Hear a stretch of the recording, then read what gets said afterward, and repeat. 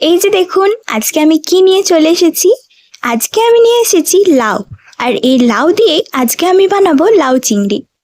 Hello বন্ধুরা, Krishna's tele cooking YouTube চ্যানেলে সকলকে স্বাগত। আজকে আমি বানাচ্ছি লাউ চিংড়ি।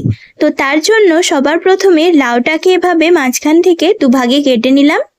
এবার অর্ধেক কাটা অংশটাকে আবারও মাঝখান থেকে এভাবে কেটে নিচ্ছি। এবার এই লম্বা করে কেটে নেওয়া অর্ধেক অংশটাকে আবারও ছোট ছোট করে কেটে নেব।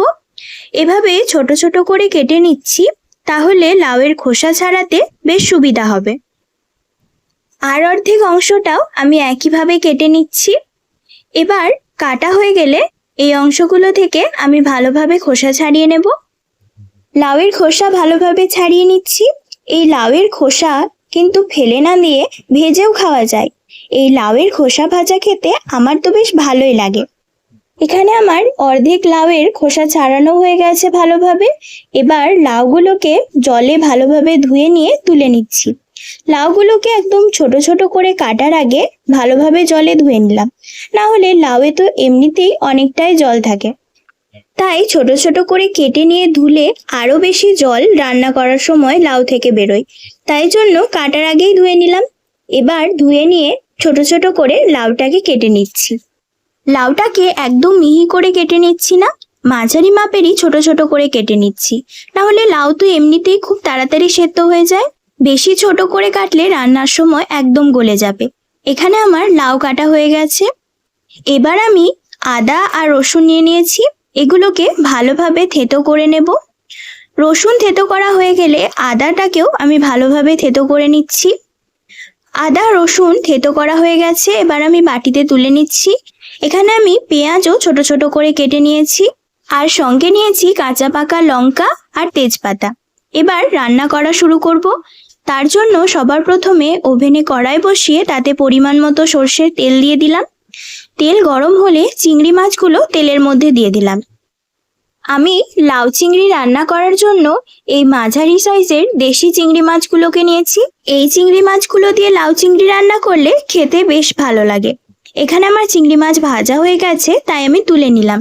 এবার ওই তেলেই আরো কিছুটা পরিমাণ সর্ষের তেল দিয়ে জিরে আর সর্ষে ফোড়ন দিয়ে দিলাম, দুটো তেজপাতা দিয়ে দিলাম, আর কাঁচা পাকা লঙ্কা দিয়ে দিলাম, থেতো করে রাখা আদা দিয়ে দিলাম, আর থেতো করে রাখা রসুন দিয়ে ভালোভাবে নেড়ে সমস্ত কিছু বেশ কিছুক্ষণ ভেজে নেব। সবকিছু হালকা ভাজা হয়ে এলে কেটে রাখা পেঁয়াজ আমি তেলের মধ্যে দিয়ে দিলাম। এবার পেঁয়াজ দিয়েও ভালোভাবে উল্টে পাল্টে নেড়ে নিয়ে পেঁয়াজও ভেজে নিচ্ছি। এই যে এখানে পেঁয়াজও লাল লাল করে ভাজা হয়ে গেছে।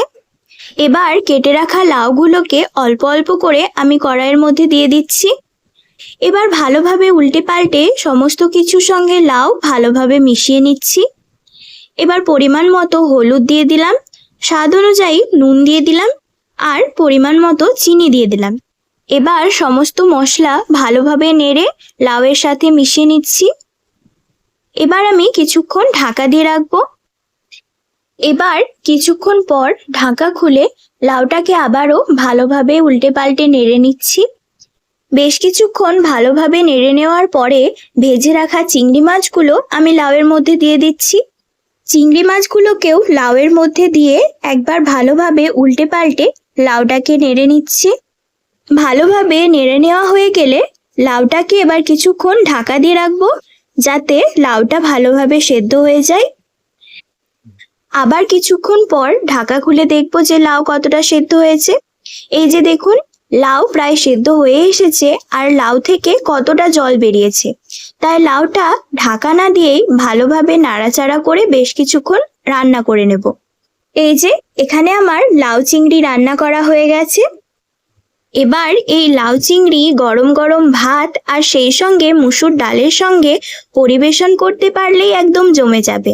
আপনাদের আমার এভাবে লাউ চিংড়ি রান্না করার ভিডিওটি কেমন লাগলো তা কিন্তু আমাকে কমেন্টে অবশ্যই জানাবেন। আর যদি ভিডিওটি ভালো লেগে থাকে তাহলে একটি লাইক করবেন আর চ্যানেলটি সাবস্ক্রাইব করবেন। ভিডিওটি দেখার জন্য ধন্যবাদ।